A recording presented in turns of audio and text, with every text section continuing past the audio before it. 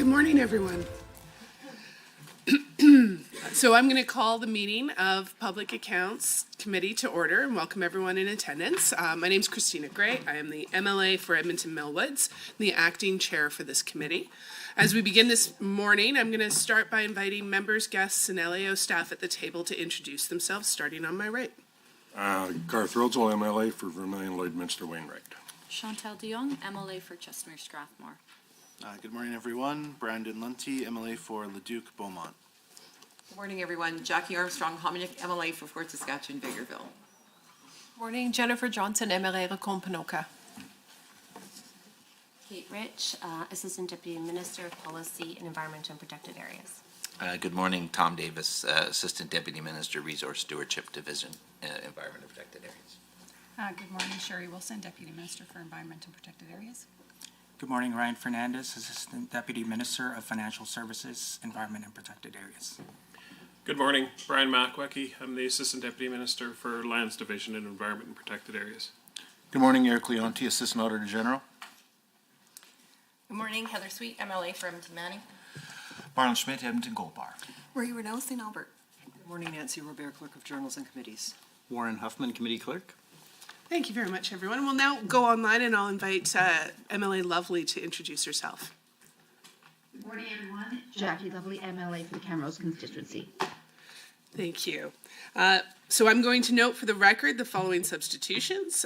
Myself, for Honourable Irfan Sabir as acting chair. Oh, and we've just been joined by Mr. McDougall, and so I will invite MLA McDougall to introduce himself if he's connected and can hear audio. Yeah, certainly. Miles McDougall, Calgary Fish Creek. Thank you very much. So housekeeping items to address before we turn to the business at hand. Note that the microphones are operated by Hansard staff. Committee proceedings are live streamed on the internet and broadcast on Assembly TV. The audio and video stream and transcripts of the meeting can be accessed via the Legislative Assembly website. Those participating by video conference, please turn your camera on when speaking and mute your microphone when not speaking.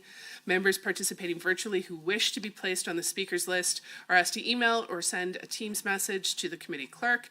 And members in the room, you are asked to please signal either the clerk or myself. Please set your cell phones and other devices to silent for the duration of the meeting, and comments should flow through the chair at all times.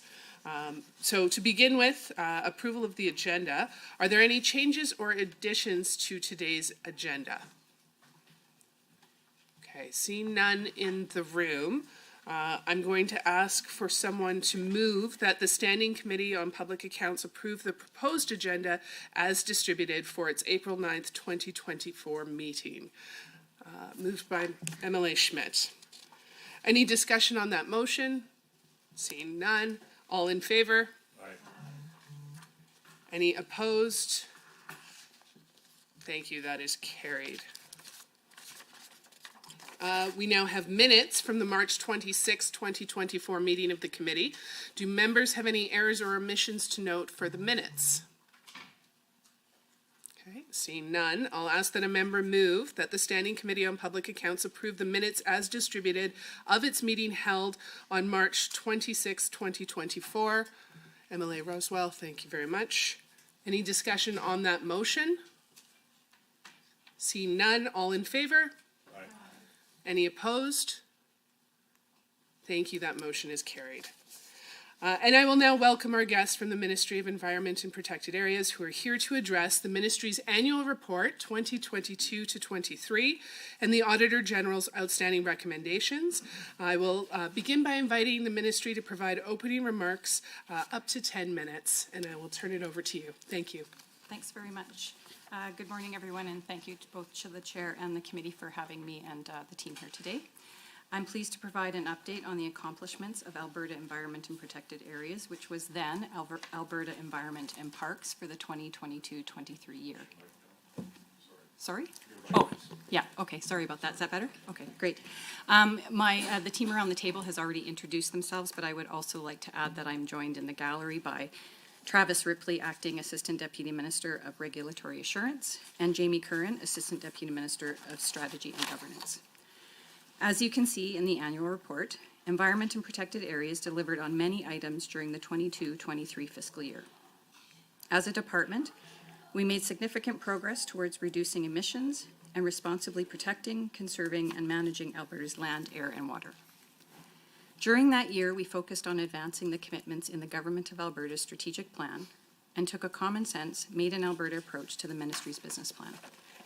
The result was progress made towards reducing emissions by supporting investments in emissions reduction technology and innovation, reducing unnecessary government oversight and finding efficiencies while delivering important environmental oversight and conservation work, and working with partners across the province to support a healthy environment and biodiversity while also keeping people working. Of note, on October 24th, 2022, the government announced a reorganization that had many changes across government. As a result, some of the responsibilities of this ministry were transferred to the Ministries of Forestry and Parks, Tourism, and Agriculture and Irrigation. The ministry's expense in 22-23 was $484 million. This was an increase of $23 million, or 5%, over the previous budget year. I'll now provide a bit more detail about some of the key outcomes, objectives, and supporting initiatives that demonstrate progress was made in several important areas. This department made significant progress on reducing emissions while supporting innovation in 22-23. As you know, our Technology and Innovation and Emissions Reduction, or TIER system, is a key part of Alberta's approach. It covers more than half of provincial emissions by heavy emitters, which are the main source of emissions in Alberta, and provides a competitive, flexible system that reduces emissions, supports innovation, and ultimately helps keep Alberta businesses competitive. Budget 22 included $230 million of TIER funding. The TIER fund revenue increased to $772 million in 22-23, which was $352 million more than budget. It's important to remember that compliance payments and credit usage by regulated facilities is the largest driver of revenue estimates. The system allows flexibility by design, and so it is often difficult to predict, leading to fluctuating balances. Our department also amended the TIER regulatory system in 22-23. This amendment was designed to provide better ongoing and long-term certainty, protect competitiveness, and continue improving the system. For the 22 year, the system serialized more than 6.4 million tons that were registered as emission offsets and initiated 35 new projects. In 22-23, Environment and Protected Areas invested $201.3 million to support a range of investments in clean technology and climate resiliency programs. This included funding for the Municipal Climate Change Action Centre and Emissions Reduction Alberta, or ERA.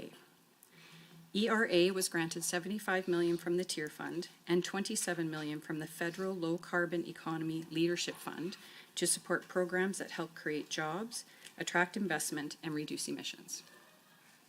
This resulted in innovation and forward-looking funding initiatives like the $50 million Industrial Transformation Challenge. This competition provided funding for new technologies that are currently not in widespread commercial use and needed significant investment, testing, and scale-up. This helped fund projects exploring the use of geothermal energy in forestry operations, improved energy storage, and technology to convert diesel-electric locomotives to hydrogen fuel cells, among others. In addition, $27 million from the Federal Low Carbon Economy Leadership Fund helped supports that continued implementation of ERA programs, including the Shovel Ready Challenge and the Energy Savings for Business program. As well, $21 million was invested in technology and innovation programming, including support for the Hydrogen Centre of Excellence, Climate Change Innovation and Technology, and Alberta Innovates. The Municipal Climate Change Action Centre was also granted $5 million to help Alberta municipalities and communities reduce emissions. And finally, we invested $3 million into the International CCS Knowledge Centre to help establish and run a new knowledge-sharing centre that benefits not only Alberta, but CCUS activity around the world. As you know, Environment and Protected Areas is also responsible for a variety of environmental monitoring activities. We continued this important work in 22-23 while ensuring that annual reporting processes were updated to address recommendations from the Auditor General. A key part of our monitoring is led by the Oil Sands Monitoring Program. This is one of the largest environmental monitoring programs in Canada. It is a collaborative process with industry, Indigenous communities, the federal government, researchers, non-government organizations, and various monitoring agencies all participating. In 22-23, $49.1 million was provided to the Oil Sands Monitoring Program to deliver ambient environmental monitoring within the region. Over half of the 22-23 budget was dedicated to support those external monitoring organizations that work to help monitor the region. This includes monitoring led by numerous Indigenous communities and partners in the region. This funding also helped enhance our understanding of the cumulative effects of oil sands management, helped implement regional plan environmental management frameworks, and will be used to inform future regulatory decisions and plans.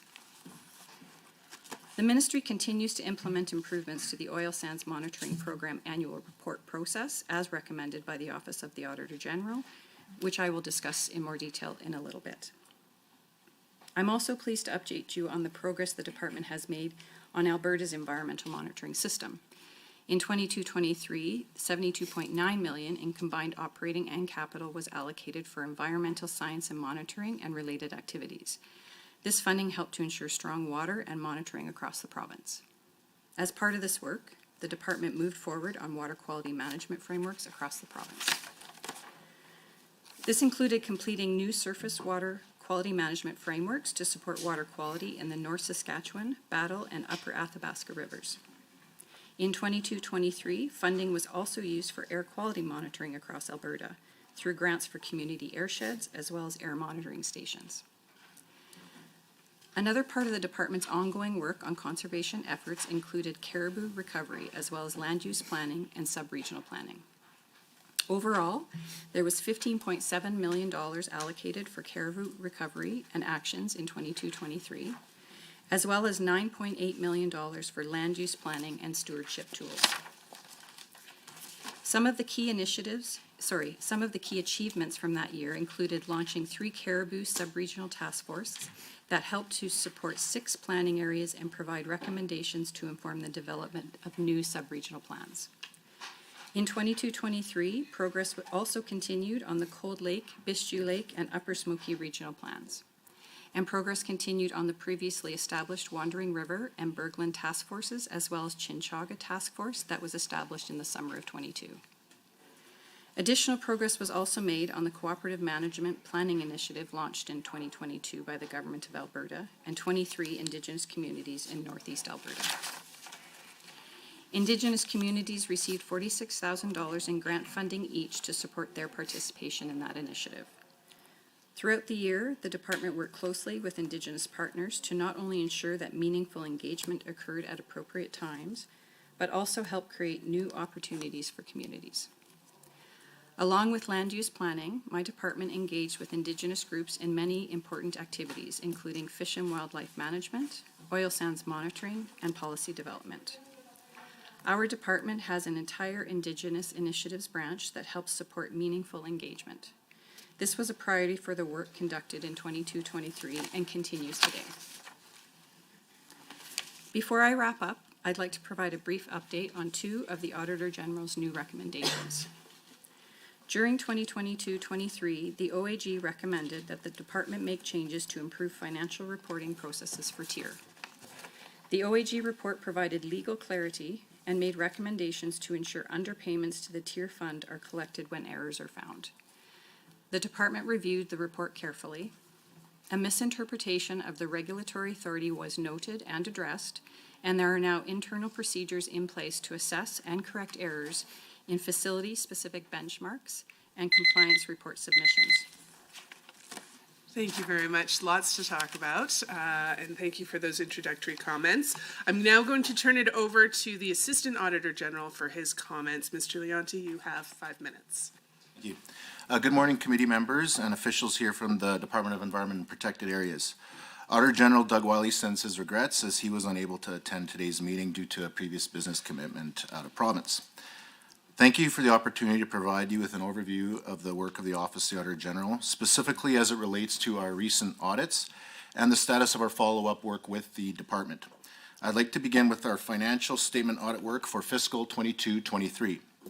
We audit the financial transactions at the Department of Environment and Protected Areas as part of our audit work of the consolidated financial statements of the province. In addition, we conduct separate financial statement audits of the Natural Resources Conservation Board, the Land Stewardship Fund, and the Technology Innovation and Emissions Reduction Fund. For the year ended March 31st, 23, we issued clean audit opinions for all of those audits. Before I move on to our outstanding recommendations, I would like to draw your attention to one of the key risks or audit matters we highlighted as significant during our 22-23 audit of the Provincial Consolidated Statements Environmental Liabilities. At March 31st, 2023, the province's financial statements included $117 million for environmental liabilities.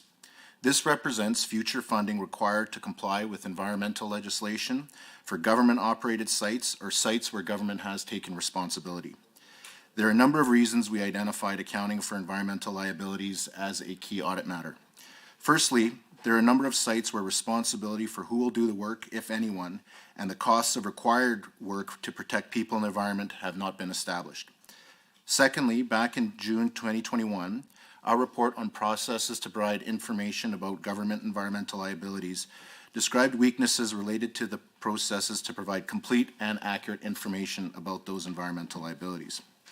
And finally, interpretation of environmental law and standards is required to determine who is responsible to do the work, if anyone, when the private operator won't or can't do the work or no longer exists and no other backstop exists akin to the Orphan Well Association to complete the necessary work.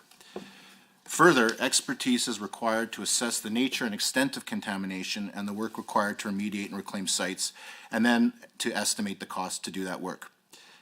As we indicated in our 2022 report of the Auditor General and again in 2023, although the environmental liability disclosures do comply with accounting standards, we believe that management can make further improvements to provide better information about current and potential future environmental liabilities in Alberta.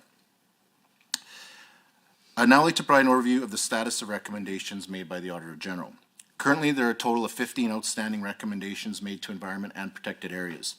7 of those have been outstanding for more than 3 years, and of the 15, 5 recommendations are now ready for assessment. 4 of those relate to flood mitigation and are in the final stages of being assessed. The remaining recommendations speak to the need to improve various aspects of government operations, including the oil sands monitoring program, wetland replacement, financial security for land disturbances for mining, pesticide management, and, as already noted, environmental liabilities. Of note, 3 recommendations related to sand and gravel and 1 recommendation related to grazing leases have recently been transferred to the Forestry and Parks Ministry as part of a government reorganization, and we'll be conducting our follow-up work at that department. In our financial auditing work undertaken during 22-23, we made 2 recommendations to the department. The first was to ensure the underpayments to the Technology Innovation and Emissions Reduction Fund are collected when errors are found. Department management found through their review process that a facility had provided inaccurate information. The department estimated the error to cause a $30 million underpayment to the fund. Failing to collect amounts owing to the tier fund could negatively impact emissions reduction and climate adaptation efforts. This could also impede the regulatory systems designed to ensure fairness, transparency, and equity across facilities. The second recommendation was to improve financial information preparation and reporting processes. Without effective and sustainable financial reporting processes, management may not have reliable financial information it needs to base its decisions on.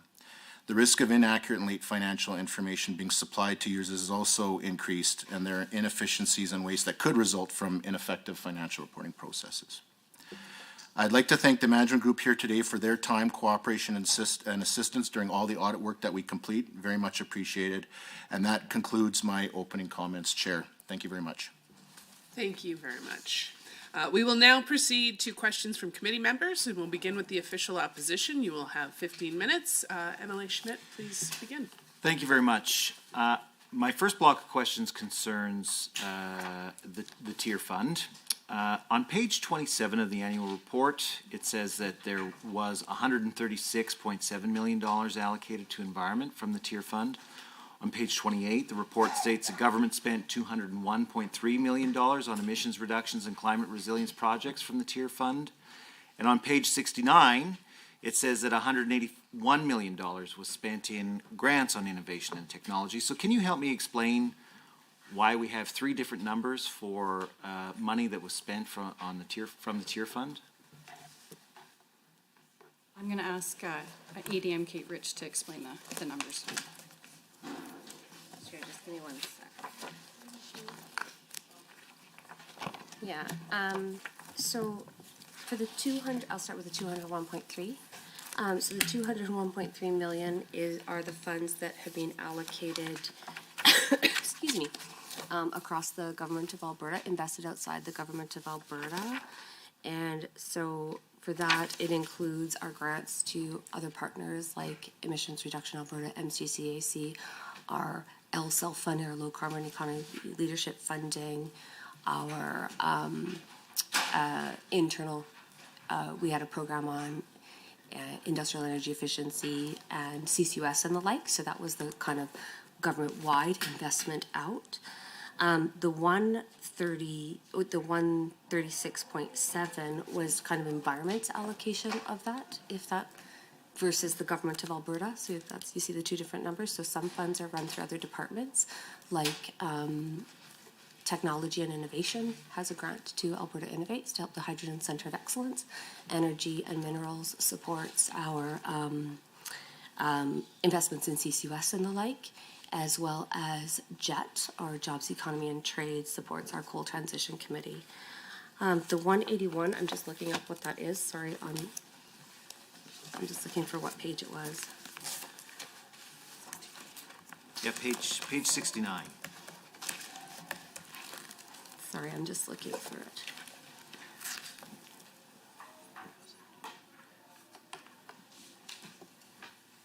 Yeah, so I think in that particular case, then it's going to really split it out into technology versus other investments. So as I said, outside the GOA, there was 201 million invested as a total, and the 181 is specific to it says grants and innovation and technology. So there's other funds are invested in other things like adaptation and resilience and the like, and so that's specifically looking at the tech fund.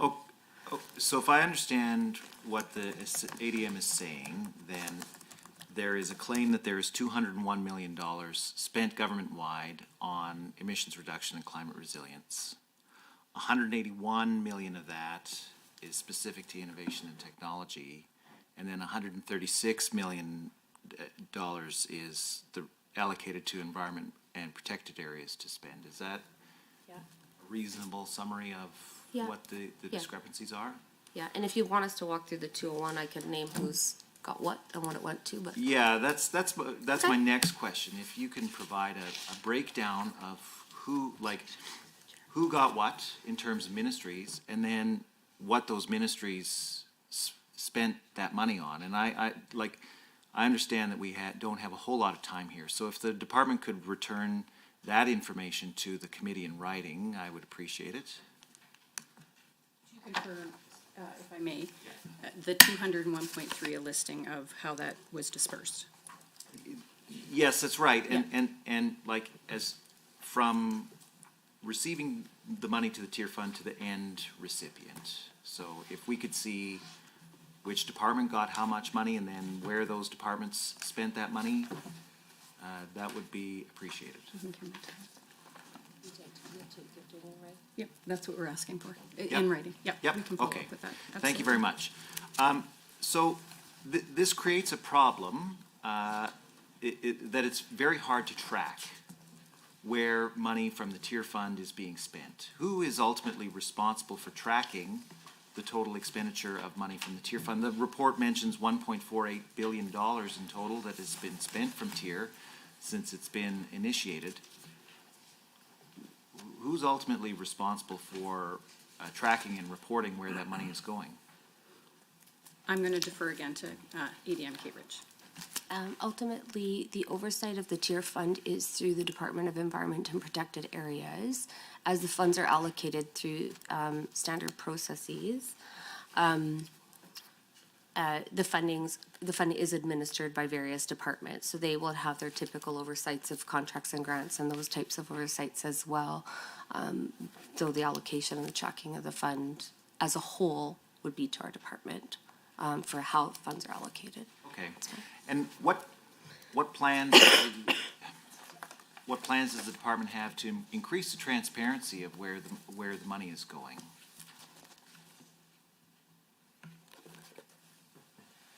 I think it's through reporting processes like these where we report our funds that are invested and our programs are generally made public. So whether it's Alberta Innovates and the Hydrogen Centre of Excellence or the Emissions Reduction Alberta and their programming through various competitive funds or the Municipal Climate Change Action Centre and the like, that the projects that result from that are posted publicly with the investment dollars, et cetera. Thank you very much. So I want to drill down into one project in particular that has been funded through TIER.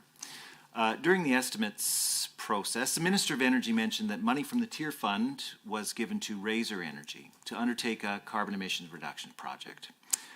This was particularly interesting to me because Razor Energy went bankrupt in January. But this should come as no surprise to anybody who had been paying attention to what was going on with Razor Energy, that company had been in dire financial straits for a number of years, with liabilities outstripping its revenue since at least 2018. Yet between 2019 and 2023, we're not quite sure of when the money was distributed and how much. Alberta Innovates invested $2 million into Razor Energy for a geothermal co-production project, and ERA committed $10 million to the project, although the information available on the ERA website doesn't really make clear when that investment was made.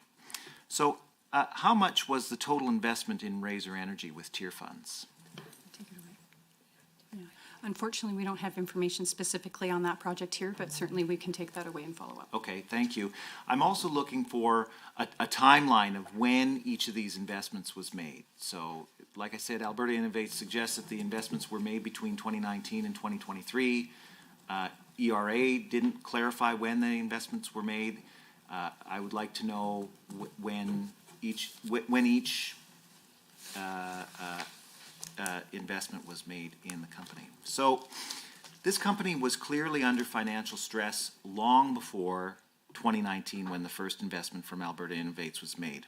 Can the ministry clarify how it assesses the financial viability of companies before making investments from the TIER fund? Well, I'm going to speak to the project, not the details, but the example in question. And you note that Alberta Innovates and ERA made those decisions. We don't fetter and get involved in the decisions of those agencies. They are distinct from the government of Alberta. So they would do their checks and balances as far as looking at investments. We did have some programs ourselves, and we have, for example, we had in 2022, 2023, some additional funds in our industrial energy efficiency and carbon capture and storage programming. And for that, we do have the companies submit their information about what projects they plan to proceed, and they're relatively quick. So that one was more of a shovel-ready project and a readiness to execute where they are posting financials as well to deliver those projects. So that's inherent in our review of the applications as well. So help me clarify, because the ADM told the committee just a few minutes ago that ultimately environment is responsible for managing the TIER fund. However, you don't attach any strings to how Alberta Innovates or ERA distributes the money. So if Alberta Innovates or ERA decide to light the money on fire to keep their offices warm, that would be fine with you, apparently. There are no controls from environment on how that money is spent once it goes into Innovates or ERA's pockets. Is that correct? No, that's not correct. What I hope I was clear on was that we don't look at each project application or the decision when a third party is choosing to invest funds to a given proponent. We do have oversights for our funds to these organizations. For example, just using the emission reduction in Alberta as an example,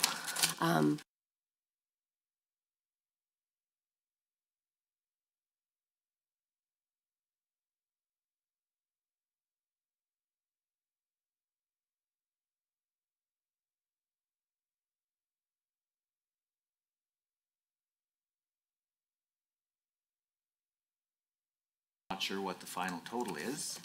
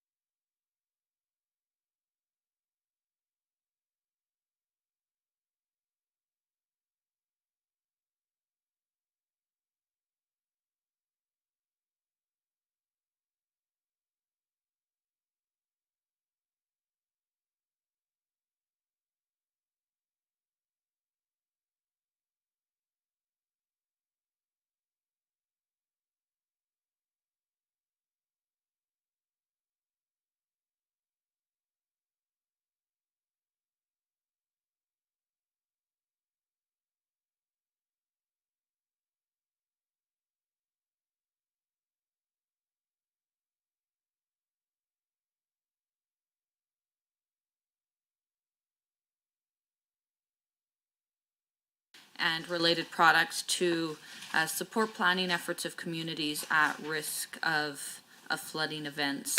And then page 35 of the report states that 10 new flood mapping studies were started with technical completion expected in 2024. I come from and represent an area of the province where we experience a lot of droughts. But, you know, there's certainly other areas of the province where they face, significant risk of flooding. So I'm wondering, can the department expand on the need for flood mapping, how these areas are selected in the province? Certainly. Flood maps increase public safety and help Albertans reduce and mitigate flood losses. Advanced flood mapping is being initiated across the province to help ensure municipalities and Indigenous communities become as flood resilient as possible. The department manages the production of flood studies through the Provincial Flood Hazard Identification Program. Flood maps produced under this program have historically been used as the science-based tool to make informed decisions about flood management in Alberta. Candidate areas for new and updated flood mapping studies are assessed and prioritized based on factors like local demand, age of existing studies, flood history, population, existing development, and potential for future development. Thank you. You mentioned this in your answer that you work with municipalities and Indigenous communities on flood mapping. So can you explain how these investments in flood mapping help these communities become as flood resilient as possible? Mm-hmm.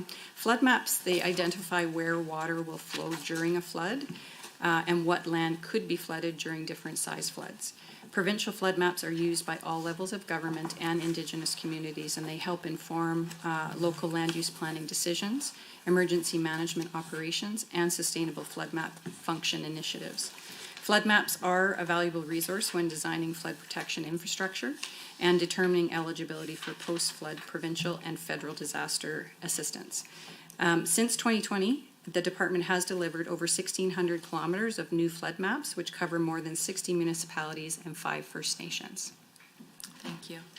And now just turning back to page 23, key objective 1.3 discusses how the department is using an environmental, social, and governance ESG approach and partnerships to deliver effective ambient environmental condition monitoring, evaluation, and reporting to support resource stewardship. I see to support that key objective, $72.9 million in combined operating and capital was allocated in 2022-23 for environmental science and monitoring and the provision of credible and objective information in the language of the report. So can you explain how this funding is divided between some of the programs that are listed? I see Alberta Environment Monitoring System, the Oil Sands Monitoring Program, the Alberta Environmental Science Program. There's several other programs. And so can you comment on how the funding was divided between those programs and provide some progress and success that they've had in 2022-23? Mm-hmm. Great. Thanks for that question. The funding is divided across several budget lines, so let me explain each one in, more fully.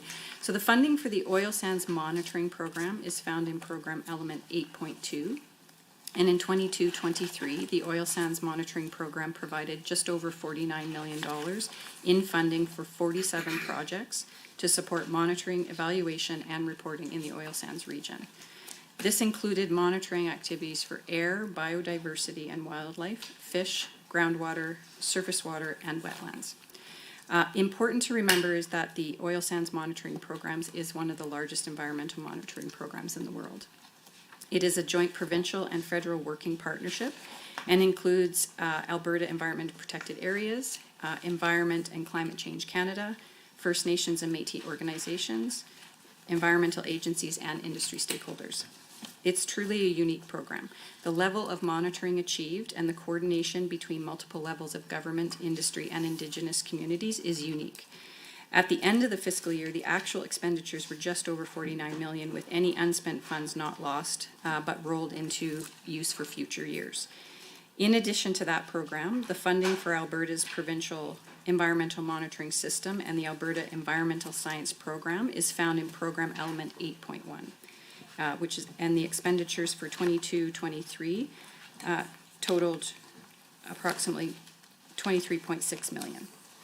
While the Oil Sands Monitoring Program focuses exclusively on the oil sands regions, this funding is used by the department to monitor the quality and quantity of Alberta's water resources year-round across the province. This is done through a province-wide network of monitoring stations. These networks collect the data on lakes, streams, rivers, wetlands, and groundwater across the province. Similarly, a province-wide network of 130 permanent stations monitors air quality 24 hours a day, 7 days a week, and the data are publicly available. Air quality is consistently checked against regional, provincial, and national standards to make sure that air is safe. And all of this monitoring is an important part of the department's work and how we're supporting Albertans. Thank you. Thank you very much. With that, I'm going to cede the rest of my time in this block to my colleague. Thank you, and thank you, Madam Chair. Through you, thanks to the department officials for joining us this morning and for providing us with a little more information. I know we certainly all appreciate that. I would like to ask some questions on a specific project, that being the Springbank Off-Stream Reservoir project. So I believe this is on page 20 of the annual report. So the ministry initiated and continued to work on the development of a land use plan for the Springbank Off-Stream Reservoir project. This plan is being developed to guide future use of the project lands and will reflect the unique environmental and historical values of the area. So the report also states that this work included setting up advisory committees to include First Nations, Métis groups, stakeholders, municipalities, and local landowners in the process to develop a plan, and that flood mitigation will be the primary use of reservoir lands, followed by First Nation access for the exercise of treaty rights and traditional uses. So through the chair, my question is, can you speak to the importance of the land use plan and how it will shape usage of the project lands once the reservoir is completed? Great. Thank you for that question. This is definitely important work. The Springbank Off-Stream Reservoir is currently under construction west of Calgary to help protect Calgary and the other downstream communities from future floods. The reservoir will be constructed as a dry reservoir, meaning that it will only store water in emergencies, not year-round. This means much of the land within the reservoir can be used for purposes other than flood management most of the time. A land use plan is needed to guide how the land is used when not filled with water. This plan will describe provisions regarding use and access of the project lands to support safe operations of the infrastructure and limit impacts on the environment and surrounding private landowners. Obviously, safety is paramount in any of the decisions that may allow for access onto the project lands. This includes the safety of all government operational staff, First Nations peoples, and the public. The land use plan is being developed to provide direction for access and use by First Nations and the public that is compatible with regulated operational requirements. It will also assign restricted access to specific locations that are exclusively used for safe and effective operations of the infrastructure. It will accommodate scenarios where full or partial closure of the project area to First Nations and the public are required for operational needs. It will identify formal locations where users may access the project lands for non-motorized recreational activities and enable dam operations and land management to accommodate monitoring and ecological best practices. The primary and overriding use of the project lands is for flood mitigation and site operations. However, beyond this, priority use and access will be for First Nations exercise of treaty rights and traditional uses, and secondary uses and access to the project lands will include non-motorized activities for the public. Thank you. So I noticed that so in 21-22 there was a $100,000 commitment, but in 22-23 an additional commitment of $205,000 was made for capacity funding to ensure Treaty 6 and 7 First Nations are able to participate in the planning process and to ensure the exercise of treaty rights and traditional uses are supported. So through the chair, How did the additional $205,000 in funding in 22-23 contribute to key objective 1.5, which is to advance environmental issues, work with Indigenous communities and organizations to develop long-term trust-based relationships? The funding was critical to the project because it enabled a First Nations committee to provide input into the plan. Representatives from Treaty 7 First Nations and Treaty 6 First Nations participated. They shared important perspectives and knowledge, highlighting the importance of these lands for the local ecosystem and for the exercise of treaty rights and traditional uses. This was particularly important as the lands will prioritize First Nations access and the use of the land for exercising treaty rights and traditional use, except of course during flood events, closures, and the recovery periods that occur post-flood. Thank you. Thank you for that. Maybe switch directions here with a little bit of time left. So outcome 1 on page 18, key objective 1.1 focuses on effectively balance environmental, economic, and social concerns through Crown land management modernization, integrated policy development, and collaborative and integrated regional, sub-regional environmental and parks management planning. So I see that to support this objective in 22-23, $15.7 million was allocated for caribou recovery planning and actions. So that through the chair, can you expand on the need for this funding and how this funding was used to achieve this key objective? Great. So over the past number of decades, caribou populations in Alberta have experienced steady population declines, and caribous are currently listed as threatened under the Federal Species at Risk Act. Without the action and support that we do, Alberta's caribou populations could face that long-term extinction, and that is why this funding is important and why we're working to help woodland caribou recover. In 2019, the government endorsed Alberta. Thank you very much. For our second rotation, we'll be back to the official opposition for 10 minutes. MLA Schmidt.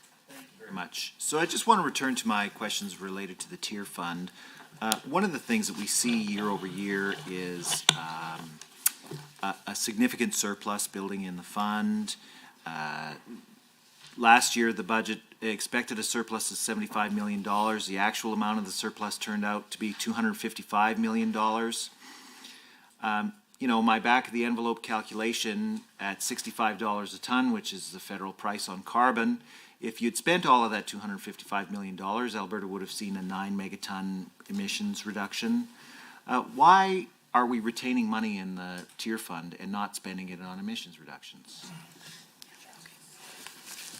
So the revenue from 22-23 compared to 22-23 actuals primarily was due to higher than expected fund credit payments due to increased credit banking for use in future years.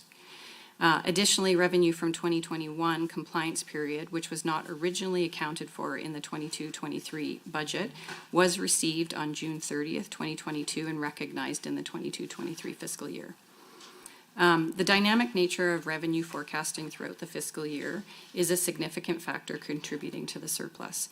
As companies adjust their production levels, their emissions fluctuate accordingly, making it challenging to accurately predict how they utilize their credits. This unpredictability in both emissions levels and credit usage directly impacts the ability to precisely forecast revenue, and the inherent variability in company behavior leads to discrepancies between anticipated and actual revenue, often resulting in the surplus that we're talking about. Deploying new technology and its adoption rates can result in delays also, which prevents us from fully utilizing the fund. There's no universal approach to deployment, and it often takes longer than anticipated. The emissions reduction and energy development plan was not finalized until April of 23, and among the other initiatives, the plan included a commitment to comprehensively assess clean technology and innovation opportunities in each emitting sector as a fundamental step to setting technologically and economically achievable carbon neutrality by 2050. Maintaining that accumulated surplus allows for funded projects in the future to help ensure investments are made to critical technologies. It also ensures that funds are available when emitters opt to use credits for compliance instead of making payments to the fund. In your opening statement, or in her opening statement, the Deputy Minister was about to fully respond to the Auditor General's concerns about the process of underpayment of $30 million. I'd invite her to complete that statement and, you know, let us know, did we get our 30 million bucks back? Give me a moment. So maybe what I'll start with is finishing the sentence that was in my opening remarks while we pull some pages on the OAG recommendation. So I did start to say that, oops, apologies, sorry.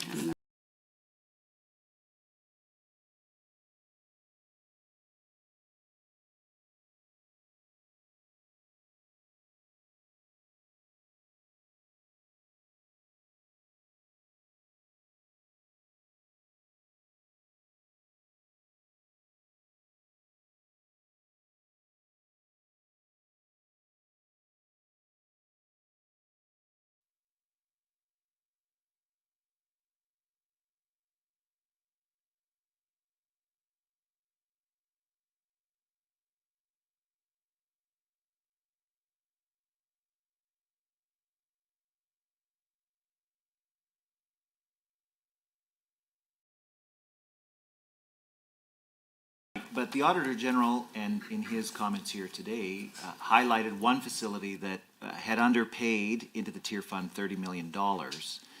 What efforts did the department make to collect that $30 million?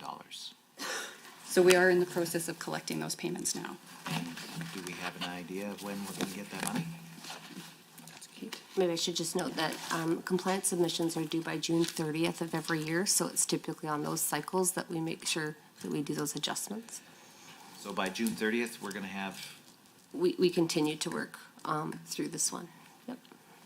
My next group of questions is related to the Mine Financial Security Program, which is discussed on page 30 of the annual report. The review was conducted to ensure that there are sufficient funds available to cover the remediation and reclamation liabilities for oil sands mines. Now, to know whether or not there are sufficient funds, it's reasonable to assume that the ministry has a sufficient understanding of the scale of the liability problem. Yet that doesn't appear to be the case. The June 2023 report from the Alberta Energy Regulator on the official liability for all mines is approximately $47 billion. Yet internal AER documents reported by Global News in 2018 suggested that the liability for oil sands mines was much higher and closer to $130 billion. When the ministry undertook its Mine Financial Security Program review, did it have a target for the amount of money it needed to collect in order to know that it had sufficient funds to cover liabilities? I guess what liability number did the government set out as being the goal to have in the fund? I'm going to turn that question over to ADM Makawecki. Yeah, so when we undertook the review of the Mine Financial Security Program, it was looking specifically at the request that the OAG had around how the dollars were accounted for, what the asset value was, when timing should be collected. There wasn't a specific target, but the Mine Financial Security Program does have targets right within the program, and those targets are to have asset values greater than 3 to 1. So assets greater, 3 times greater than any liability amount. So that's right, right. But what's the actual liability amount? So we've got numbers that are varying from $30 billion officially that the AER puts out publicly, but internally they're telling themselves that they've got at least $130 billion in liabilities. What is the number that the Ministry of Environment is using as its goal to collect for mine financial security? Well, what we're using is essentially what the AER is assessing, and the AER is assessed, I think most recently, $47 billion worth of liability, but that ratio is still considerably less than what the asset value is, which we estimate, or the AER estimates to be $500 billion for those facilities. Right, right. So even though everybody knows that the AER is officially underestimating liabilities and overestimating assets, that's what the Auditor General has pointed out, you're still sticking with the AER's estimates of liabilities. I want to know what, so we talked about potential changes in the Mine Financial Security Program for evaluating the assets. What options for different asset calculations were considered during this process? Well, we looked at about the feedback from First Nations, from companies. We looked at the handbook that's available for reporting assets and financial management of the oil and gas industry. That's considered a international accepted standard, and so essentially we looked at whether or not we're collecting the dollars at the right time. We looked at whether or not our forward price factor is conservative enough to sort of estimate sort of how the changes in the value might be incorporated into the ratios for requirements, and looked at whether or not there needs to be a change in sort of values or assets that are used in the calculation. So whether or not there's whether or not assets outside the mining area should be considered as part of the assets that could be used in securing the liability. So, in a lot of cases, when government undertakes consultation, they publish a document for discussion. Where was the document for discussion that was related to the Mine Financial Security Program, and when can the people of Alberta expect to see that? Well, we're still reviewing some pieces, some of the feedback we got. We're still looking at making sure that we understand fully that whether that international handbook is relevant very specifically to the oil sands sector, which is the mining sector is a bit unique to, in Alberta, but also around the world. There aren't other examples of that. There is information in that handbook, but that analysis is still occurring, and we expect to finalize our approach this year. So will the people of Alberta be told what options were considered and what decision was ultimately landed on, or are you just going to roll out a revised mine financial security program without any explanation? Until those decisions are made, I wouldn't be able to tell you for sure whether there will be changes to the program. So I think that depending on the decisions that are made, the communication would reflect that. Thank you. We'll now move to government questions, and I understand MLA Lovely, you will be leading off in this rotation. Oh, and we can't hear you just yet. Oh, but you're not muted, so it might be our issue in the room. Give us one moment. Not yet, but we'll have to do the thing from the phone commercial and just have you continue to talk periodically until we sort out what's going on in the room.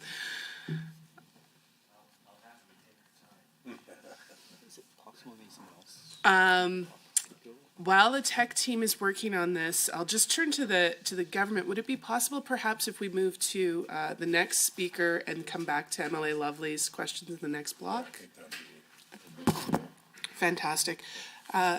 MLA McDougall, would you be prepared to kick us off? MLA Lovely, my apologies. The tech team is working to try and sort this out, and we'll continue to do that so that you can lead off in the next block. And I'll turn it over to MLA McDougall in the meantime. Thank you. For 10 minutes. 10 minutes? Okay, the whole 10. So on the performance measure 2A on page 32, first of all, thank you for being here today and the work that you folks are doing.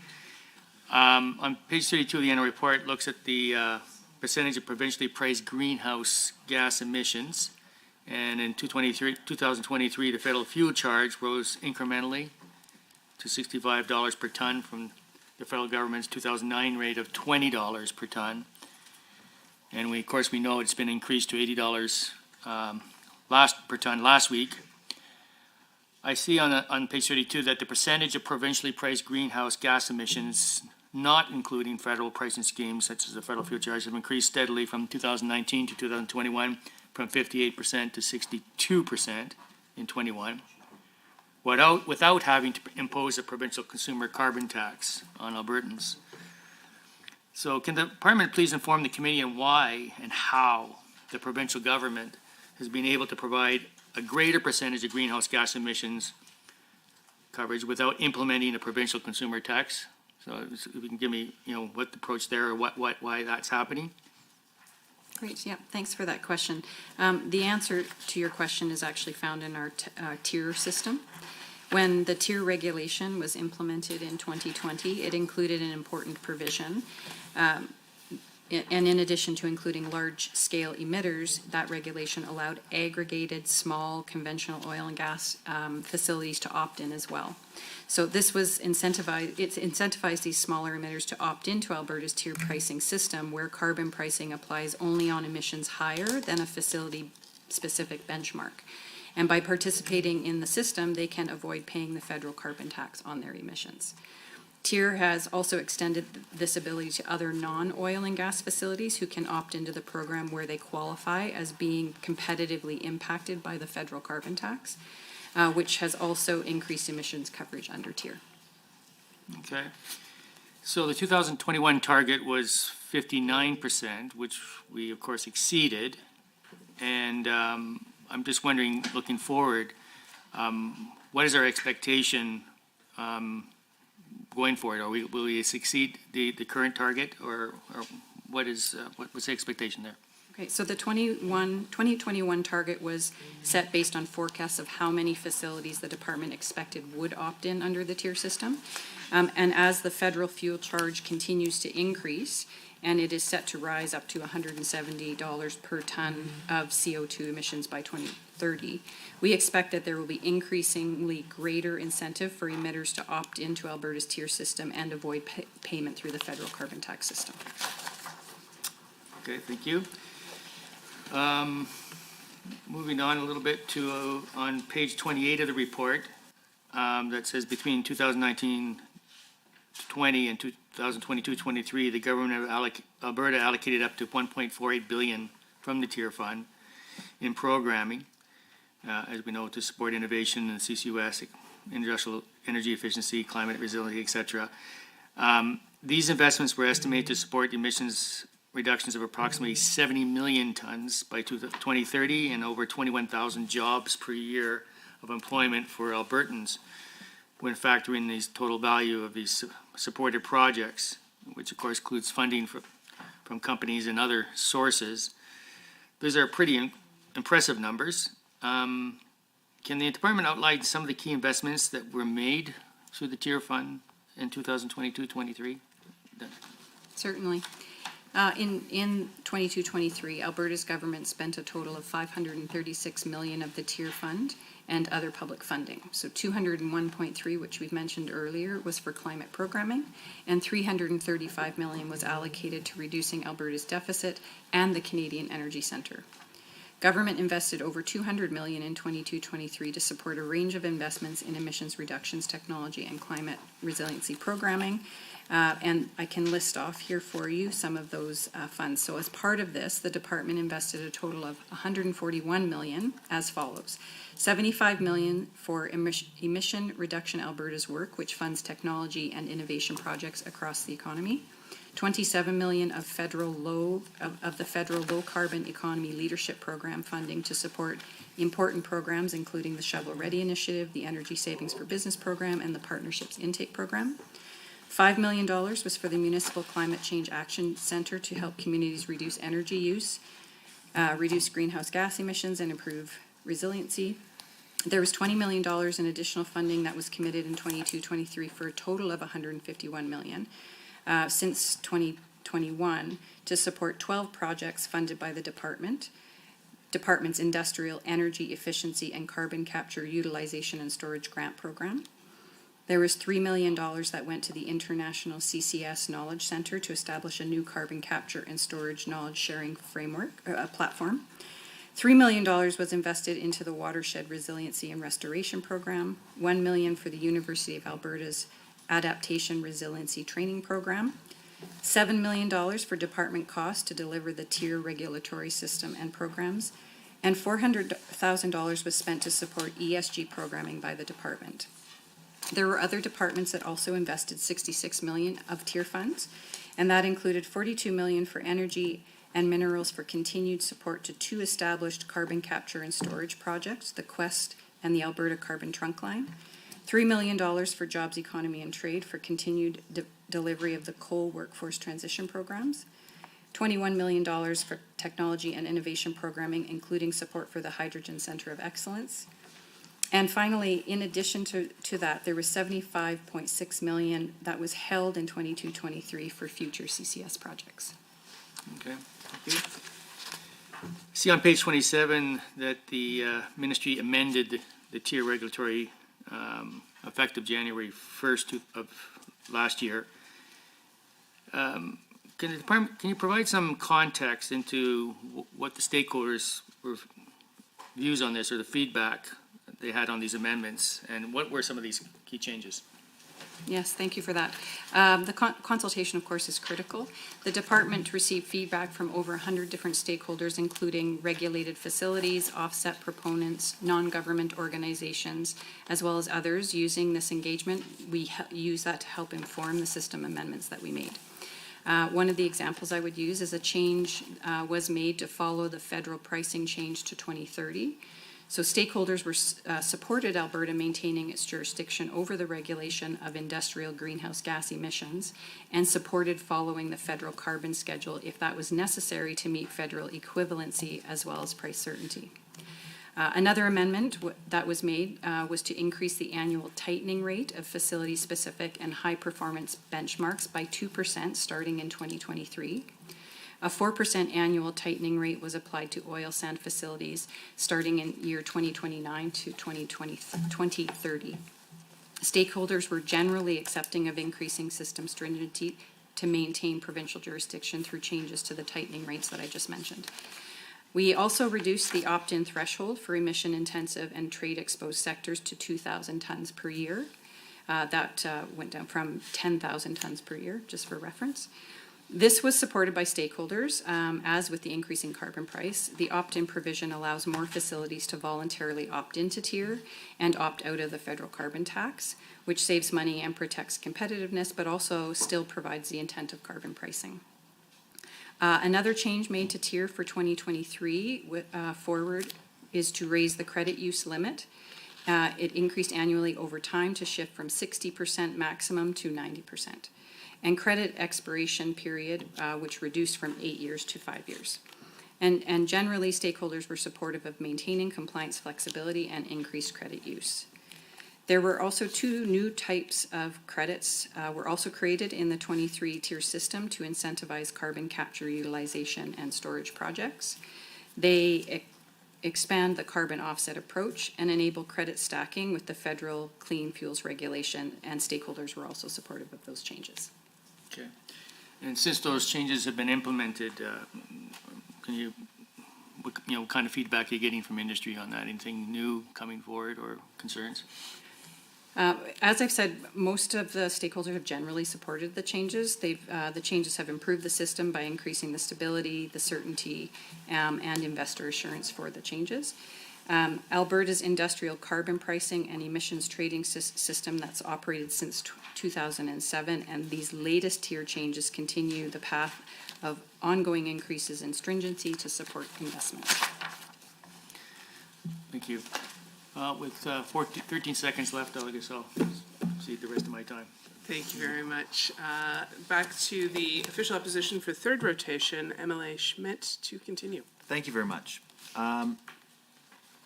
So official documents show, I want to go back to this issue, the Mine Financial Security Program review. Official documents show that between 2010 and 2023, the amount of money held in the MFSP increased by 70 cents. Now, during the review, was requiring annual deposits from companies something that the department considered as an option? Brian will take that question. The timing of collection, so when dollars would be collected is part of the consideration of just when that would occur. Right now, the reason for the increase being so little over the last number of years is a lot of the mines are in their early stage of life, and so the way the Mine Financial Security Program works is that the majority of the dollars would be collected during the last 15 years of mine life, and full security would be held by the last 6 years of mine life. So in that sort of initial and middle phases of mine development, we wouldn't see where the assets are still worth a lot more than the liability is. we wouldn't see a lot more collected in the way the program is designed. So the Auditor General expressed some concerns about the calculation of mine life extension. What options were considered during the review for having a more appropriate calculation in the mine financial security program? I think the mine life extension, if I recall correctly, is a large part around sort of adding additional assets to a mine, including offsite. And so we have considered sort of, does that make sense? If the asset base is expanded by putting new projects in there, is there risk in the overall program? So that is part of the consideration. Okay. Was allowing an independent and transparent panel of experts to assess mine liabilities considered? Like right now, you just take the company's word for it that that's what their liabilities are. A number of stakeholders have expressed concerns that may not be fair. Did the department consider setting up some kind of independent and transparent process for evaluating mine liabilities? You know, I'd have to, some of that I'd have to defer a little bit to the AR at least, because they do check. So when you talk about the department just accepting the numbers, we're accepting the numbers from the AER.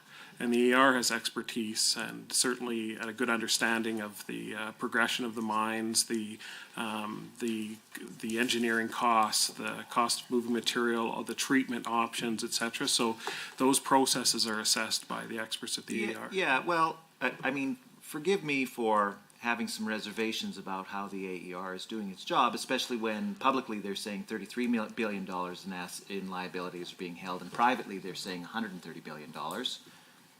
Doesn't generate a whole lot of trust when the AER is setting that. But moreover, it is the Department of Environment's responsibility for setting the policies for liability assessment. So did you consider any policy changes for liability assessment, or are you content to let the failed regulator continue to tell you how much liability is out there? Well, I think as I mentioned earlier, we certainly are looking at the approach to when the liability is collected. Certainly looking at policy as an approach to sort of whether, to assess whether or not additional assets should be allowed to be calculated or included in the value of the assets. And so, yeah, I think we have been looking at the policy and seeing whether or not there needs to be adjustments made. Okay. So in 2021, by economic circumstances, oil sands operators were required for the first time in many years to actually put money into the mine financial security program because the value of their assets cratered. Yet the minister let them off the hook. So during the Mine Financial Security Program review, what consideration was given to protecting the people of Alberta from these arbitrary decisions that the minister can make to let oil companies off the hook when times get tough? Like, this was an arbitrary decision made at the whim of the minister, really violated the spirit of the program. What future guarantees will be put in place to a new mine financial security program to prevent this from happening again? So I would, so the department, of course, gives advice to elected decision makers. In this case, we would have been advising that the likelihood of the asset value remaining low is unlikely. And so in 2021, as a result of COVID and the price drop that occurred, we wouldn't have believed that those dollars would be held. We would be thinking we'd be likely to take the dollars in and turn them right back around. In fact, I think Alberta Freedom of Information and Protection of Privacy Act would be amended to add. I believe Emily Lovely's just reconnecting to solve any audio issues. I'll send this back to MLA Schmidt to continue. So I think, just to finish that thought, I think that essentially what we were seeing is a recovery happening at the same time as we were calculating the asset value from the significant drop that occurred. And so it would have been just dollars coming in and to be reimbursed essentially immediately, which was part of the decision making.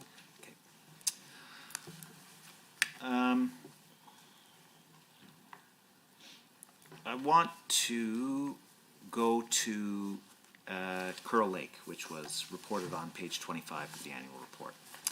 Now, last week at Public Accounts, the Deputy Minister of Energy and the CEO of the AER were here. They failed to take any responsibility for the disastrous response to the Curl Lake's tailings ponds leaks.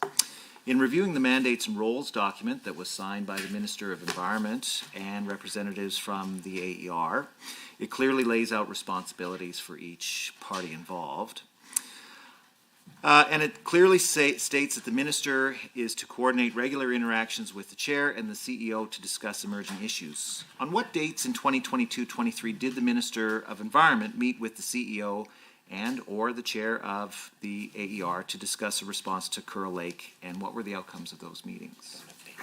I don't have information to provide you on those specific dates with us today. Can you commit to getting back to us in writing with that? If we have the information to provide, we certainly will do that. Thank you very much. Now, the Minister is also responsible for evaluating the Chair and the Board's work.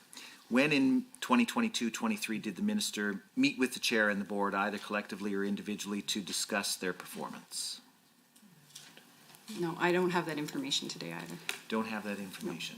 Okay, can you commit to returning to us? Again, with that in I'll writing? endeavor to provide whatever information is appropriate to share. Thank you very much.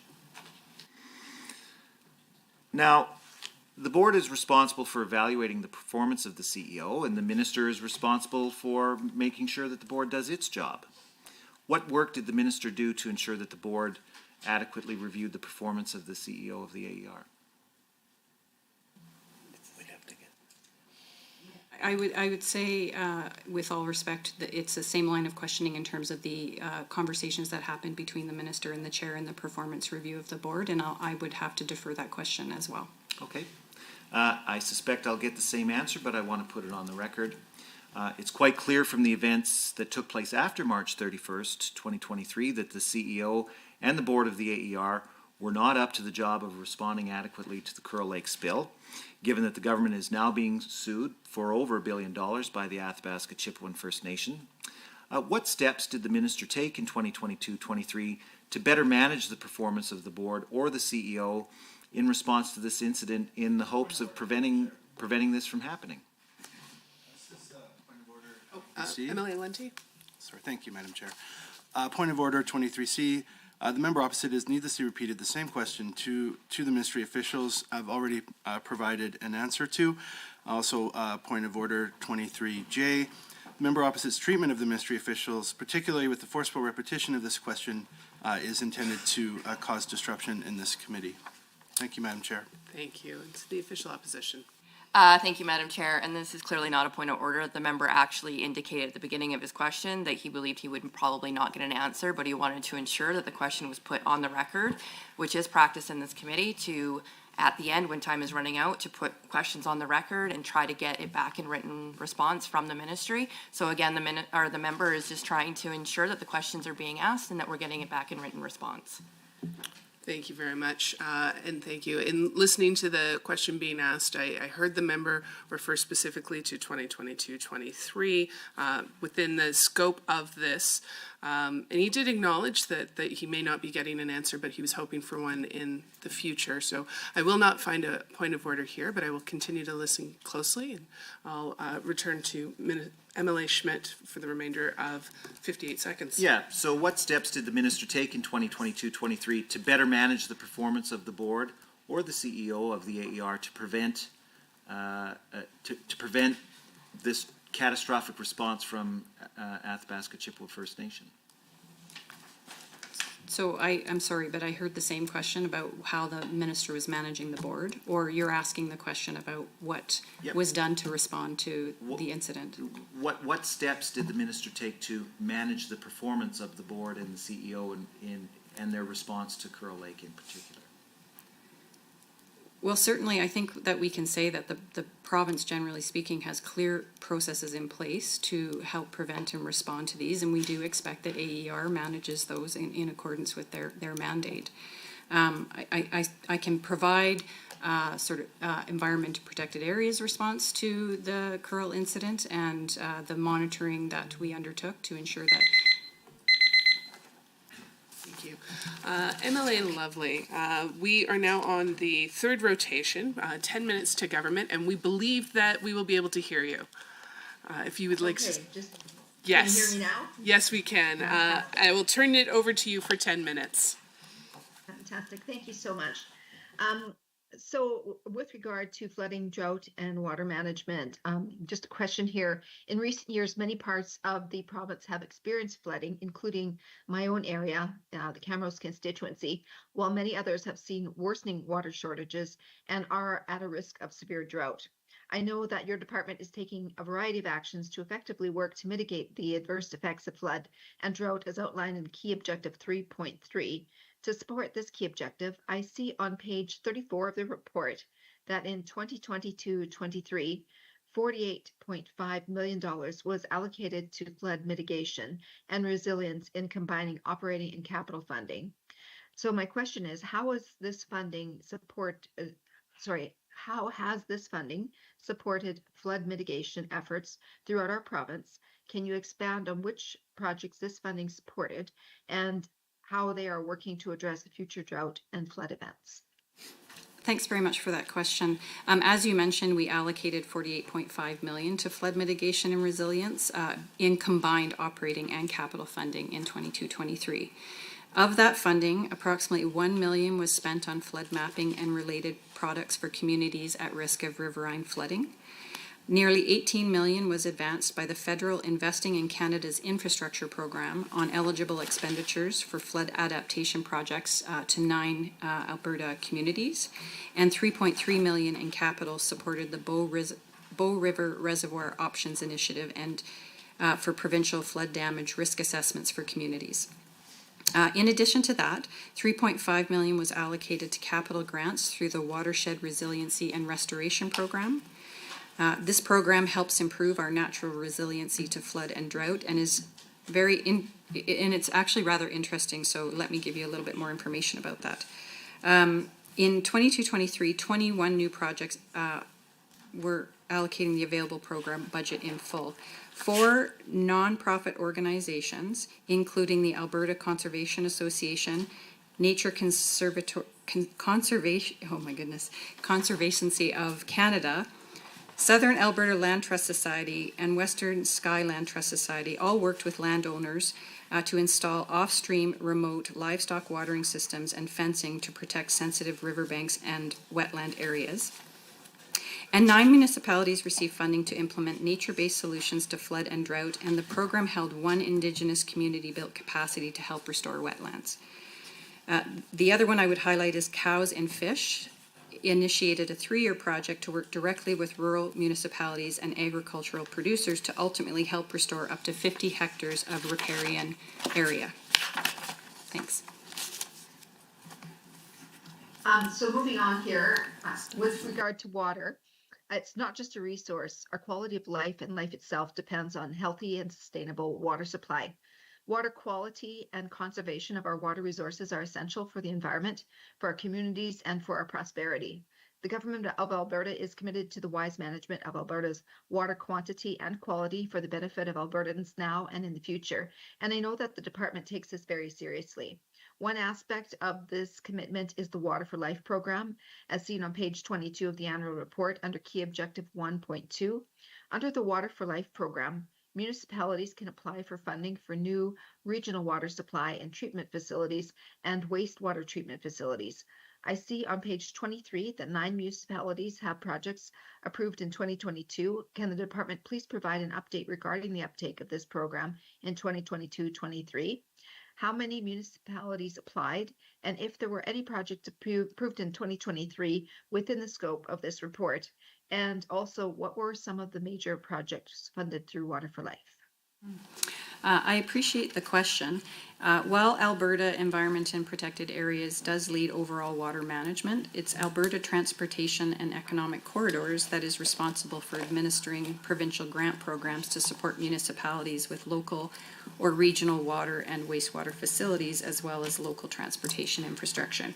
But I can understand and recognize that this ties into much of the work in this annual report and the work conducted by the department. So I would be happy to provide a little bit more information. Water for Life is a merit-based program that provides cost-shared funding to regional water services and wastewater commissions or groups of 2 or more municipalities. It's intended to promote regional collaboration in delivering water and assist in constructing high-priority municipal water supply and treatment, wastewater treatment, and disposal projects. The program prioritizes the support for regional systems, as in the long run they are more cost-effective and environmentally sustainable than independent systems. Projects are also funded through the Alberta Municipal Wastewater Partnership. This provides cost-shared funding to municipalities with a population of less than 45,000 to assist in constructing high-priority municipal facilities for water supply and treatment and wastewater treatment and disposal. Thanks. I see under key objective 3.3 on page 34 that $42.2 million was allocated to water management infrastructure operations in 2022-23. According to page 36, approximately $19.3 million was transferred to other ministries as part of the October 2022 reorganization, and the remainder within the EPA wetlands dedicated revenue and regulatory programs. How was this funding allocated, and what programs was it used to support? I see on page 36 of the report that Alberta's potable water regulation was recently modernized to remove outdated content and minimize regulatory red tape while ensuring continued access to clean water for Albertans. Can the department share some of the details of the change and how Albertans will benefit from this reduction in red tape? Thanks for that. I'm going to start with your first question. Within the department, the Regulatory Assurance Division is responsible for the regulatory management of water quality and quantity in the province. The funding that you referenced was used for the following: water quantity authorizations in the form of approvals, licenses, and temporary diversion licenses across the province, regulating the provision of safe drinking water and stringent management of municipal and industrial wastewater effluent releases, providing certification of drinking water and wastewater system operators, and delivering effective regulatory responses ranging from education, compliance, and enforcement. In addition, $500,000 is transferred annually from the Wetland Dedicated Revenue Initiative to regulatory assurance to cover the salaries of 5 environmental protection officer wetland specialist positions. These positions provide subject matter expert advice to help assess and investigate compliance files and Water Act applications which have impacts to wetlands. Your second question, there's 2 significant changes that I would highlight to the potable water regulation that were made in 2022. And they do 2 things. One, harmonized Alberta's requirements for maximum acceptable concentrations of fluoride in drinking water with federal guidelines, and they introduced a definition for micro waterworks systems into the regulation. And I'll explain those very briefly. The first, in harmonizing our requirement with Health Canada's, we removed a legacy exception that allowed higher levels of fluoride in certain groundwater systems.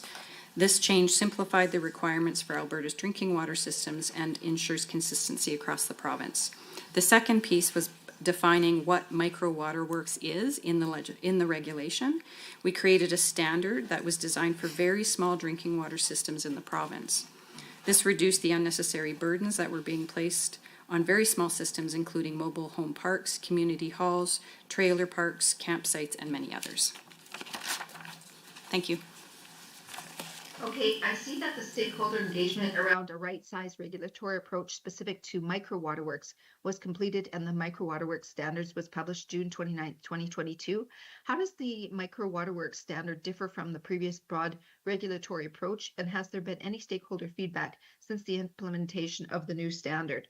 And in 2022-23, a new standard template for building approvals for wastewater systems was completed and is now in use. How has this template helped to streamline wastewater approvals and increase staff productivity? As I noted, the micro waterworks standard was an important way to to reduce the regulatory red tape that very small water systems were dealing with. It was introduced to align with the 2022 changes to the potable water regulation, which I also mentioned. Previously, very small water systems had to meet the broader drinking water requirements, which were met by larger municipal drinking water systems. This placed unfair burdens on them while not creating better protections for Albertans. The change we made helped to fix this issue.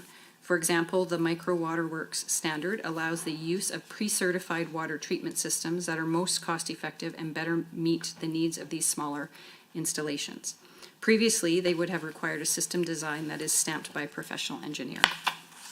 Implementation of the new Micro Waterworks standard is a work in progress, and stakeholder feedback so far has been limited, but we expect more stakeholder feedback will be received. Thank you. Thank you. That concludes our third rotation. For the fourth rotation, we'll go to 10 minutes with the official opposition. MLA Renault. Thank you, Madam Chair. Okay, so I have a couple of questions just on the Ministry financials and human resources. So in fiscal 22-23, the Ministry operating expense was 22.7 million higher than budgeted. The Ministry has attributed the increase to expenses in integrated planning to a legal settlement that occurred in 22-23, increasing caribou recovery program, increasing grants for wildlife programs, and for quasi-judicial expenses. So that meaning compensation payments for landowners due to industry defaults. So as a quasi-judicial expense, expenses have seen a significant increase. How will the Ministry manage future financial risk of increasing industry defaults that result in compensation payments to landowners?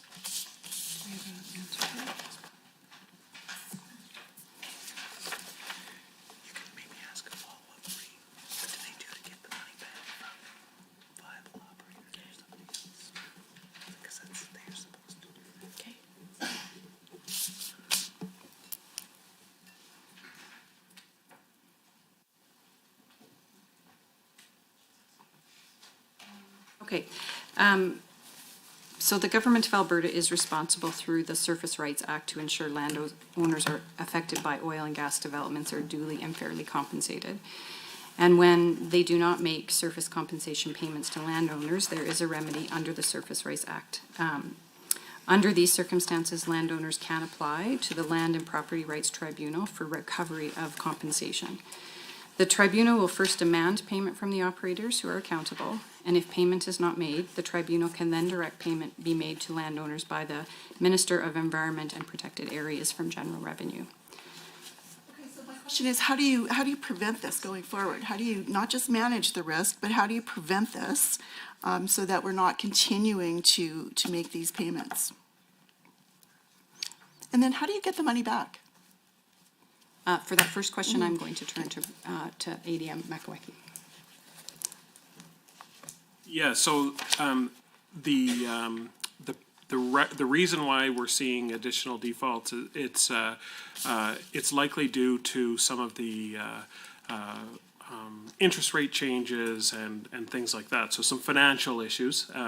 What we're doing is trying to improve the incentive and approaches and the efficiencies for which companies can do reclamation. So in the last couple of years and including this spring, we've been looking at ways to improve processes, and in the most recent mandate letter, you might have noticed that there's a request to sort of improve the reclamation certificate process.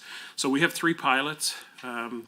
One of them is to reduce the way or change the way companies are managing weeds in the boreal forest. There's ample evidence that there's dollars being spent where they don't need to be. In the south, there's certain examples where companies have been looking to try and put dollars into partially reclaiming sites. And so, but they're not getting credit for it. And so we have a new pilot that will allow companies to get credit for that. So I think part of it is from an environmental standpoint, we're trying to improve the way companies can invest. Sorry to interrupt, I'm just running out of time. I'm wondering, because I don't recall this information in the annual report, would you be able to table information with these 3 pilots and what the anticipated outcomes would be as a result? So maybe I'll actually jump in on that one, because I think that, oops, I don't Thank you. Just what ADM Makaweki is describing is some of the future work that we're doing. The items that he's talking about did not occur actually in 2022-23. And so we can look forward to hearing the results of those pilots in later years. Right, but my question is about managing risk. And so Yeah. that was talked about in this annual report, is managing risk going forward. So if there are implemented plans right now, we may not see the results, but can we get a description of what those 3 pilots are and what anticipated outcomes might be? Well, I think the minister recently announced those 3 pilots, so that So will you description would table be that there. information with this committee in writing? We can share what's publicly available. Sure, Yep. that's great. The minister also states they spent $18.7 million more than the year before for integrated planning, primarily due to legal settlement. Could the ministry provide a breakdown of the expense in integrated planning? Sorry, could you repeat the question? We need a breakdown of the expense for integrated planning. So the ministry spent $18.7 million more than the year before for integrated planning, primarily due to a legal settlement. So I'm asking for a breakdown of that expense, the expense of integrated planning. I don't have that breakdown right now. Okay, if you could table that, that would be great. And you will table that? Sorry, Deputy Minister? We'll table the details that can be provided. Okay, thank you very much. So the annual report also highlights programs where expenses have decreased from the previous year. Now that includes, we saw the Clean Air Strategy where there was a decrease of almost $2 million, and then the land program expense has been reduced by $4.4 million over last year.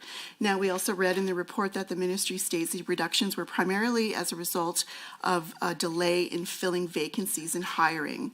So could the ministry tell us what were the total vacancies that were not filled in that fiscal year? I'm sorry, I don't have that information, but can certainly look at that.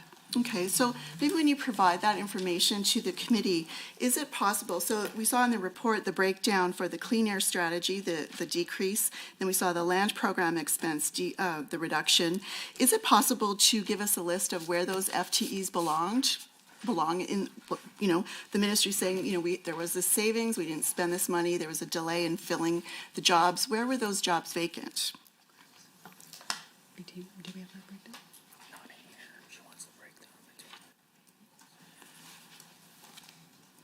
Further to the other question, whatever we can provide, I'll follow up with. Okay. Can you explain why there were so many vacancies? Were there reasons that there were vacancies or reasons for the delay? I can't speak to, I mean, hiring practices take time. I certainly can't speak Any idea to what very that average specifically. hiring practice time? So I In understand. there's that- 22-23, the Sure. average hiring practice times? Sorry, no. Don't know that. No, I don't have that. So, I mean, it's a significant number that's in the annual report, and the rationale is that there was a delay in hiring. So it's a pretty significant number. I'm assuming it's a pretty significant number of positions that were not filled. And so I'm trying to understand that. Like, what were the implications of not having all of the staff that you need in the last fiscal? It's not all just that.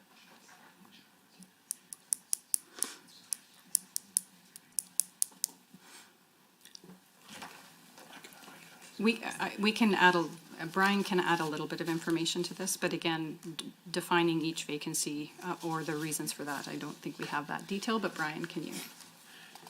And maybe I could just ask you to just refer me to the page number you're speaking to, because I was just sort of looking through it. Oh, what is the page number? Oh, that's probably in your highlights. 42? Page 42.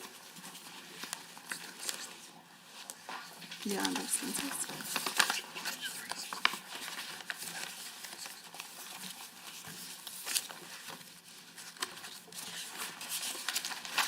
Okay, maybe as you're looking for that, I have another question for you to consider.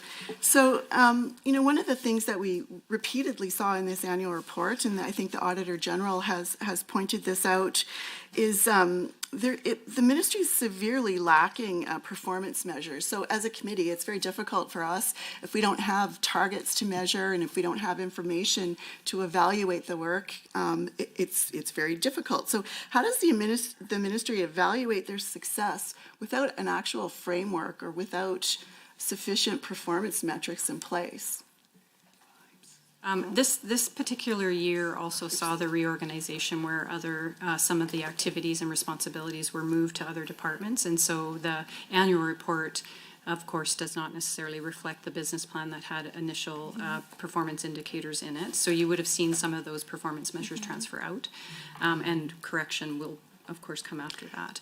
But I would also say that I don't necessarily think that all of the things that we report on or the things that we measure are captured by performance measures in the annual report itself, but certainly within the department. Mm-hmm.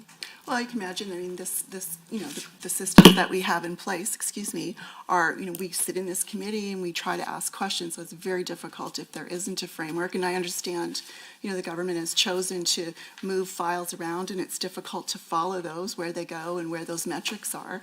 So I think it's really important to have very clear expectations or targets established for this ministry. So again, my question is, come back to it.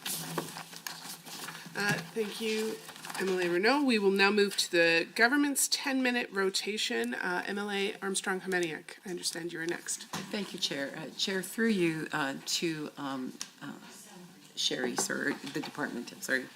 On page 26 of the annual report mentions that the ministry established an industrial heartland designated industrial zone applicant advisory service. Additionally, a topsoil management guide was developed to address the management of zone topsoil to reduce costs and the industrial footprint associated with managing topsoil in the designated industrial zone.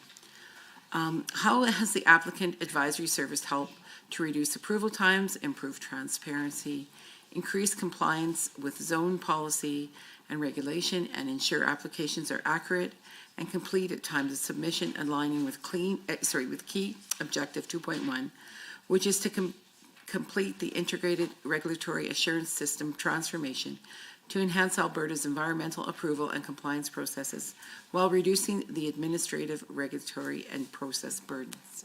Thank you for that question. The applicant advisory service is an important part of the project. It helps applicants navigate the approval process, ensuring they understand the approval process and submission requirements. The advisor also works with internal staff to ensure that the discovery process of the regulatory assurance framework is focused on the special information necessary to submit a complete application. This has helped applications be processed quicker and more effectively as they have all the necessary information submitted on the first go. The benefits of the approach are seen in many projects. Perhaps the best example is the Dow Path to Zero project, which is one of the largest private investments in provincial history, which was also approved in a timeline that met the company's needs for a financial investment decision. This is a good example of how streamlined processes can create economic benefits without impacting our high environmental standards. Thank you. I'm very happy to have it in my writing too, actually. Another question for you. How has the new topsoil guideline helped ensure that the conservation intent is met while enabling beneficial uses of topsoil? So as you mentioned, that guideline is still new, and so we're still underway in our assessment process. But what I can say is that the guideline is based on the principle that beneficially and productively uses topsoil has a better opportunity to ensure conservation rather than simply having large on-site stockpiling. The guideline and its associated fact sheet and checklist provide advice and information to proponents for best practices, activities, and regulatory submissions that will help support meeting the conservation intent. We will continue, of course, to monitor and assess the guidelines as it is put into practice in the years ahead. Thank you. I'm extremely proud of all the work that Environment and Protected Areas has taken to protect and enhance Alberta's environment and ecosystems for the benefit of all Albertans. Turning to page 29 of the report, I see that in 2022-23, the ministry administered grant programs to conserve, restore, and enhance Alberta's environment. By working with over 50 partners in municipalities, nonprofits, land trusts, and others, these funds have helped support a wide variety of environmental stewardship programs across the province. What was the total amount of funding that was allocated through these grant programs in 2022-2023? And how does this collaboration contribute to environmental stewardship and sustainable economic development? Great, I'll start with your first question. We work with many partners across the province to support environmental conservation and stewardship, and grants are a key part of this work, as it allows us to access local and targeted expertise while also delivering community-based and Indigenous projects. For example, the Watershed Resiliency and Restoration Program approved $3.5 million in grant funding to support 21 projects. These were led by partners who have expertise in watershed management, including habitat restoration, fisheries improvement, and natural hazard mitigation and wetland conservation. Similarly, the Land Trust Grant Program approved nearly $13 million in funding to support 19 projects. These established new conservation easements or support administration of fee simple lands owned by conservation organizations protecting 240,000 acres of high-value landscapes on private land. Over $3.5 million was provided in 22-23 for 25 partners under its Strategy and Governance Division, which included 11 regional watershed planning and advisory councils, 10 regional airshed organizations, the Alberta Water Council, the Clean Air Strategy Alliance, the Alberta Lake Management Society, the Land Stewardship Centre, and the Alberta Emerald Foundation. This is important work and can't say enough about the dedication and expertise of all these organizations and partners. To your second question, each of these grants is essential to delivering on the department's mandate. There's no single entity that possesses all the necessary ideas and technologies to solve complex environmental issues, and so collaboration helps develop innovative solutions to address complex challenges. Our partners provide an education component, often bring other useful voices to the table, and can increase collaboration and reduce duplication, which often speeds up our work and improves it too. For example, the Alberta Water Council provides a forum for water-related issues at a provincial level for lake-related issues, along with the Alberta Lake Management Association. There are also 11 regional watershed planning and advisory councils and over 100 locally based watershed stewardship groups that lead many of the stewardship initiatives in their watersheds. The 11 regional watershed planning and advisory councils lead the integrated watershed management plans, state of the watershed reports, provide outreach, and convene stakeholders. They received approximately over $2.8 million in-kind donations from almost 2,500 partners and volunteers, and over $2.8 million in revenue from 342 funders and donors because of the department's matching grant dollars. This results in up to a 4-to-1 return on investment for some of these watershed planning and advisory councils. Another example, the Clean Air Strategic Alliance is the organization that provides a forum for air-related issues at a provincial level, and 10 regional airshed organizations provide a forum at the regional level. Regional airshed organizations manage over 70 air quality monitoring stations and contribute data to support the government's air quality management system. They also develop and conduct education and outreach related to air quality and its effects on human health and the environment. Monitoring and outreach are completed at lower costs and are able to achieve economies of scale. And lastly, the airsheds use the emitter pay principle so that industry pays into the regional airshed based on the amount that they emit. Thank you. I see under key objective 2.3 on page 29 that in 2022-23, $5.8 million in funding was provided for 16 wetland replacement projects, with 4 municipalities and 2 nonprofit organizations, resulting in 157 hectares of wetland being replaced. Can the department first brief the committee on the ecological and economic importance of wetlands to our province? And how were decisions made regarding which projects to fund, and how did these projects contribute to the broader goals of the Alberta wetland policy? Wetlands are critical to sustaining healthy ecosystems and providing natural drought and flood protection for the province. Alberta is home to a rich and varied array of wetland ecosystems, including bog, fens, marshes, swamps, and shallow open water wetlands. There's approximately 20% of the province is covered by wetlands, and more than 90% of these are peatlands.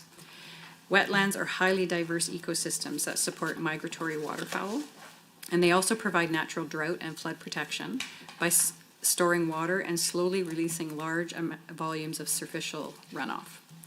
They also act as natural filtration systems, cleansing surface water and improving downstream water quality. And of course, they also provide habitat for wildlife, fish, plants, and sustaining biodiversity. In Alberta alone, it is estimated that wetlands are host to some 400 species of plants, some of which are listed as rare, threatened, or endangered in the province. There is no question that wetlands are essential. However, since the late 1800s, wetlands in Alberta have been steadily reduced due to human development. The Alberta Wetland Policy was approved in 2012. It is intended to provide a strategic framework to conserve, restore, and protect Alberta's wetlands to ensure they are sustained for the benefits they provide to our environment, society, and economy now and for future generations. To your second question, the goal of the wetland policy is to conserve, restore, and protect and manage the wetlands, as I just described. The Wetland Replacement Program is helping support this work by restoring existing wetland or constructing new ones in appropriate locations. Decisions regarding which projects to fund are made by a review committee of department wetland specialists. Proposals are submitted to the program by municipalities and not-profits across the province. The proposals can be submitted at any time during the year, allowing for maximum flexibility. Each project proposal is then reviewed by the review committee and scored using a scoring rubrics. Through the program, the department has replaced 441 hectares of land. We are on to our final very quick blocks that's going to take us right to the end of 10 a.m. Fifth rotation, official opposition, 3 minutes. MLA Renault. Thank you. First question, could the ministry provide an overview of its collaboration with Indigenous communities and stakeholders in developing and implementing environmental conservation initiatives and how these partnerships factor into its financial planning process? Second question, in the absence of detailed cost information for the implementation of the air quality monitoring plan, how does the ministry ensure efficient resource allocation and accountability in managing program expenditures? Third question, how does the ministry engage with community stakeholders to ensure their concerns and perspectives are integrated into the design and implementation of air quality monitoring initiatives, particularly in wildfire-prone areas? Fourth question, how does the ministry plan to measure the long-term impact of its environmental monitoring and conservation efforts on Albertans' well-being beyond short-term performance metrics? Fifth question, the ministry's annual report highlights a decrease in expense for the clean air strategy and land program expenses. Could the ministry provide insights into how these reductions align with its long-term environmental conservation goals? And last question, in the context of increasing expenses, particularly in areas like integrated planning and quasi-judicial expenses, does the ministry foresee any adjustments or reallocation in its budget priorities for the upcoming fiscal years? I'm sorry, I have one more. Could the ministry elaborate on its strategies for optimizing resource allocation to ensure efficient delivery of services and programs while maintaining fiscal responsibilities? And given the proximity of environmental challenges and the dynamic nature of the regulatory landscape, how does the ministry adapt its financial planning and resource allocation strategies to address emerging priorities and risks effectively? Thank you. Thank you, MLA Renault. Over to MLA Rosewell. What is the status of the Auditor General's outstanding recommendations to the department as it relates to pesticide management and ensuring the public information on pesticide products and conditions for their use is current and accurate? And I'll get one in there for the fish. Page 33 notes that a review by the Independent Alberta Science Advisory Panel on Alberta's science supporting the Northern Pike and Walleye Management Frameworks showed strong support for the current approaches and outcomes. In 2022-23, the Wild Walleye Stocking Program continued to increase angling and harvest opportunities with many of Alberta's southern reservoirs and some lakes stocked multiple times. Can the department elaborate on the broader strategy that has guided these decisions around the stocking of wild walleye and northern pike? And we'll stop her there. Wonderful, thank you. We made up the time we needed. So I will have time to say thank you to the ministry officials who have been here, your teams and departments. We appreciate it for your participation in responding to the committee members' questions. The committee does ask that any outstanding questions be responded to in writing within 30 days, and you can forward those to the committee clerk. On our agenda under other business, are there any other items under discussion? Okay. Our next business meeting of the committee is on April 16th, 2024 with the Ministry of Education, and I will call for a motion to adjourn. If a member could move that the meeting be adjourned, moved by MLA Rosewell, that the April 9th, 2024 meeting of the Standing Committee on Public Accounts be adjourned. All those in favor? Any opposed? That motion is carried and the meeting is adjourned. Thank you.